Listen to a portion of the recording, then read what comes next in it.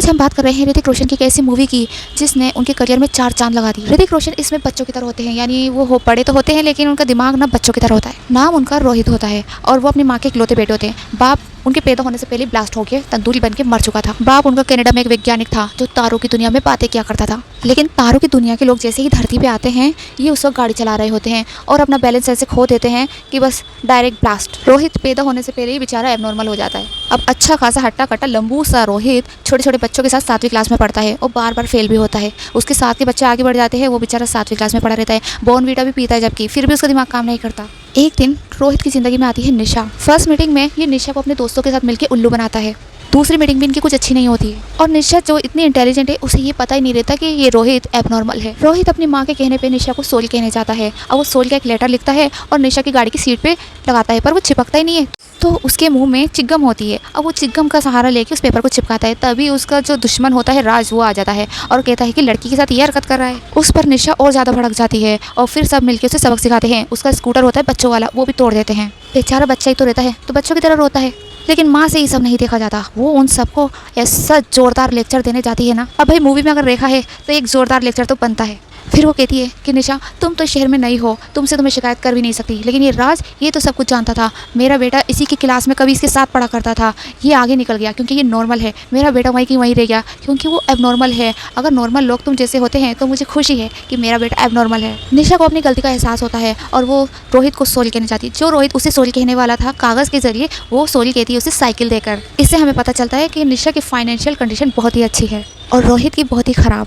क्योंकि जब उसके दोस्त कहते हैं कि निशा तेरी गर्लफ्रेंड बन चुकी है तो अब तो उसे प्रेजेंट दे, तो वो कहता है कहाँ से प्रेजेंट दूँ, माँ तो 1 ही रुपया देती है। लेकिन उस सीन में आप देखेंगे तो वो उस वक्त कोक का कैन पी रहा होता है, सारे दोस्त ही कोक पीते होते हैं। फिर वो गरीब कैसे हुआ और 1 रुपये में तो कैन आ नहीं सकता। मूवी आई थी 2003 या 4 के आसपास, तो उस वक्त भी 1 रुपये में कोका कोला का कैन नहीं आता था। तो ये कंजूस रोहित उसे फूल दे देता है। अब पता नहीं फूल देने में निशा इतनी खुश क्यों हो गई थी कि उसे गाल पे किस कर दी है। तो वो बड़ा शर्माता है और वो कहता है कि मेरे दोस्त लोग कहते हैं कि तुम और मैं गर्लफ्रेंड बॉयफ्रेंड है, और वो हाँ में हाँ भी मिला देती है। ये नहीं सोचती कि वो इस बात को सच मान लेगा। एबनॉर्मल तो वैसे ही होता है वो। निशा को कंप्यूटर चलाते देख वो बहुत ही एक्साइटेड होता है और वो कहता है कि मुझे भी कंप्यूटर सिखाओ। उसे बड़ा शौक होता है कंप्यूटर सीखने का। फिर वो अपने बाप का बहुत ही पुराने ज़माने का कंप्यूटर निकालता है, उसकी धूल मिट्टी साफ़ करते हैं, उसे ऑन करते हैं। लेकिन उसे मज़े मज़े में उन्होंने उसके पापा का वो प्रोजेक्ट शुरू कर दिया था जो उन्होंने मरने से पहले किया था, जिससे वो तारों की दुनिया में रहने वाले लोगों से बातें किया करते थे। और वो प्रोजेक्ट उनका काम करने लगता है, इन्हें पता भी नहीं चलता और ये तारों की दुनिया के लोगों से कांटेक्ट कर चुके होते हैं। फिर एक दिन पता चलता है रोहित की इकलौती गर्लफ्रेंड का रिश्ता राज से तय हो रहा है। रोहित इस बात से बहुत ही अपसेट होता है और वो फिर से जाता है कंप्यूटर पे और खेलता रहता है। उसके लिए तो वो खेल था, लेकिन वहाँ तारों की दुनिया से कॉन्टेक्ट हो रहा था और तारों की दुनिया के लोग इस धरती पे प्रवेश कर जाते हैं। रोहित की माँ रोहित की जोरदार पिटाई करती है, चाटे चाटे मारती है कि तूने ये कंप्यूटर ऑन क्यों किया। कंप्यूटर ऑन होने की वजह से स्पेसशिप जो धरती पे आता है उसे पूरे शहर के लोग देखने बाहर आते हैं और हैरान रह जाते हैं कि ये क्या चीज़ है। फिर वहाँ का कलेक्टर 2 दिन की छुट्टी का ऐलान करता है और पूरे शहर में एक मेले जैसा माहौल हो जाता है। रोहित अपने दोस्तों के साथ जाने लगता है तो उसकी माँ उस पर गुस्सा करती है और नहीं जाने देती। रोहित रात तक बैठा बैठा उस मटके को देखता है जिसपे उसने आंखें और मुंह बनाई थी और सीटी बजाता रहता है। तभी जंगल से एक लड़का आता है, जैसे रोहित सीटी बजाता है वैसे वो भी सीटी बजाता रहता है। उसे लगता है कि उसका दोस्त चिंटू आया है और वो उसे गुस्से में भगा देता है। वो भी चला जाता है, मटका भी फोड़ देता है। लेकिन सुबह वो देखता है कि वो मटका जुड़ा हुआ था। तभी निशा आ जाती है और वो रोहित को बताती है कि जंगल में एक एलियन रह गया है। तो रोहित कहता है कि रात को एक लड़का आया था और उसने उसे भगाने के लिए मटका तोड़ा था, लेकिन ये देखो मटका तो जुड़ा हुआ है। तो वो दोनों उसे ढूंढने के लिए जंगल में जाते हैं। पूरी रात उसके पीछे कुत्ते नहीं पड़े थे, एलियन के पीछे।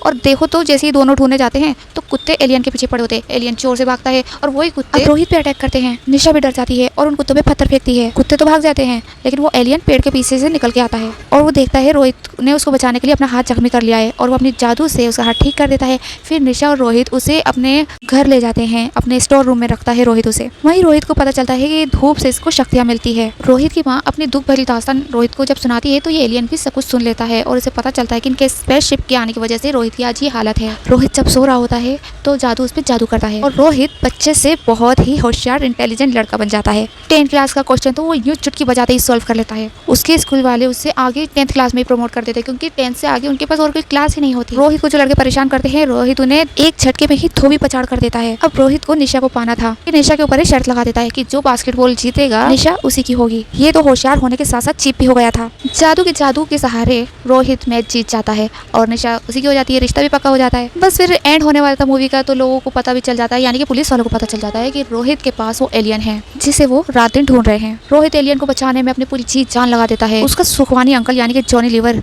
वो ये सब देखता है। पुलिस वाला होकर भी वो पुलिस की साइड पे नहीं होता, रोहित की साइड पर हो जाता है। वो रोहित को बताता है कि तुम्हारे दोस्त को दिल्ली से अमेरिका ले जा रहे हैं, जाके बचा लो। और रोहित अपनी पूरी ताकत लगा देता है अपने दोस्त को बचाने के लिए। रोहित ने अपने कंप्यूटर के जरिए पहले ही स्पेसशिप को जादू की दुनिया के लोगों को धरती पे बुला लिया था। अब वो आते ही होंगे और वो भी जल्दी जल्दी से लेकर जाता है अपने दोस्त को। पुलिस वाले रोहित का पीछा करते हैं और पूरे शहर की लाइट वैसे भी ऑफ हो चुकी थी। रोहित किसी तरह अपने स्कूटर पे उसे वहां पहुंचा देता है जहां पे उसका स्पेसशिप उतरा था। पुलिस वालों को पता नहीं होता कि स्पेसशिप का उतरा है, लेकिन इसको जरूर पता होता है। तो जादू फाइनली अपने दोस्त से विदा लेके अपनी दुनिया में चला जाता है। और जादू ने पहले ही कह दिया था कि जादू जाएगा तो जादू नहीं रहेगा। जादू चला जाता है और अपनी शक्तियां भी ले जाता है और रोहित पहले जैसा एबनॉर्मल हो जाता है। वहीं लास्ट के सीन में हम देखते हैं कि रोहित के दुश्मन उस पर बास्केटबॉल फेंकते हैं और कहते हैं कि अब जिसके दम पे तू उछल रहा था अब बास्केटबॉल पास करके दिखा। निशा कहती है कि चलो रोहित, तो वो इतनी बदतमीजी से कहता है कि हाँ ले जा और साथ में से अपनी चूड़ियां भी पहना देना। ये सुन के रोहित को बहुत गुस्सा आता है और वो ऐसी जोरदार किक मारता है बॉल को कि राज दूर उछलता जाता है, एकदम साउथ एक्शन मूवी की तरह। और राज के सारे दोस्त उसे छोड़ के भाग जाते हैं और निशा खुशी से चिल्लाती है और कहती है कि देखो बॉल कैसे हवा में उड़ता ही जा रहा है, लेकिन रोहित को दिखाई नहीं देता। तभी वो अपना चश्मा हटाता है। चश्मा हटाने के बाद उसे बिल्कुल साफ दिखाई देता है क्योंकि जादू ने रोहित को उसकी शक्तियां वापस लौटा दी थी। रोहित ने अपना फर्ज निभाया था जादू को उसकी दुनिया में पहुंचा के। तो जादू ने भी शक्तियां देके अपनी दोस्ती निभाई। अगर आप इस मूवी का नाम जानते हैं तो कमेंट में जरूर बताइएगा। मिलते हैं ऐसे ही कोई मजेदार मूवी को लेके नेक्स्ट वीडियो में।